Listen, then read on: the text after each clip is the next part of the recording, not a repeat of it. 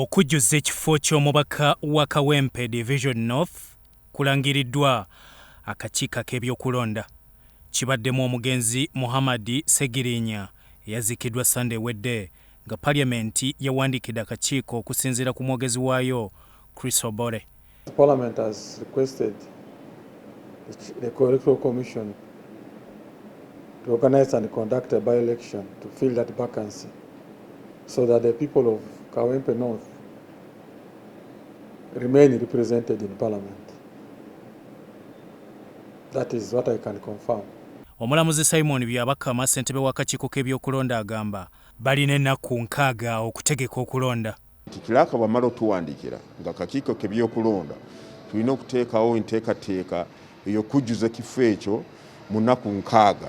Bwe twogera kati ebbaluwa twagifuna ennaku 15 omwezi guno, n'ekyo twatandise dda kaweefube oba pulogulamu y'okulaba nti okulonda okwo tugenda kuteekako. Era tumaze okukola pulogulamu yonna eyeetaagisa, era tujja kutegeeza tujagenda Kawempe, twogere abantu b'e Kawempe, tutangaaze pulogulamu yaffe. Ku mbalirira y'akakiiko eri mu bubage mu mwaka gw'ebyenfuna 2025-2026 baagala obuwumbi 764 n'obukadde 705 babawaddeko obuwumbi 1,040 n'obukadde 801 ng'ezibuzeeko obuwumbi 623 n'obukadde 904 za kugootaanya emirimu. Ndi mugumu nti gavumenti egenda tufunira ssente ezo wadde kati mu bajeti mu mbalirira gw'ebyensimbi omwaka ogujja teziri, kyemanyi nti gavumenti egenda tufunira ssente ezo. Byabakama agamba beetaaga obuwumbi 56 n'obukadde 134 okutegeka okulonda kw'abassentebe b'ebyalo n'ab'emiruka. Obukiiko obwo bubeere omwaka gwe gumu ng'okulonda kwa president, ba member of parliament,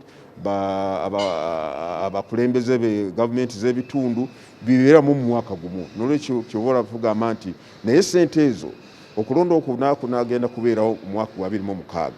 Essente zeetaagibwa okuteekako kulonda tekuliwo, nayo kitugambye akakiiko ka Parliament nti batuweereze ssente ezo tusobole okuteekako kulonda kw'obukiiko. Ssente obuwumbi 26 n'obukadde 2 ze beetaaga okuzimba ekitebe e Lubowa tebannazifuna, ng'okusunsula abagala ebifo by'obukulembeze kutandika mu Septemba ne October 2025.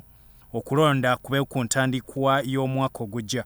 Bazimbeko amaka gaffe naffe tubeereeyo mu kifo ky'okubeera nga tusse tukatuva wano tugenda eri and so on and so forth. Naye kati mu mwaka gw'ebyensimbi gwa 2025-2026 ssente ezo teziriiwo. Ate mu mwaka guno gwe tulimu kati Minister of Finance yatuwa billions 26 n'obutikitiki.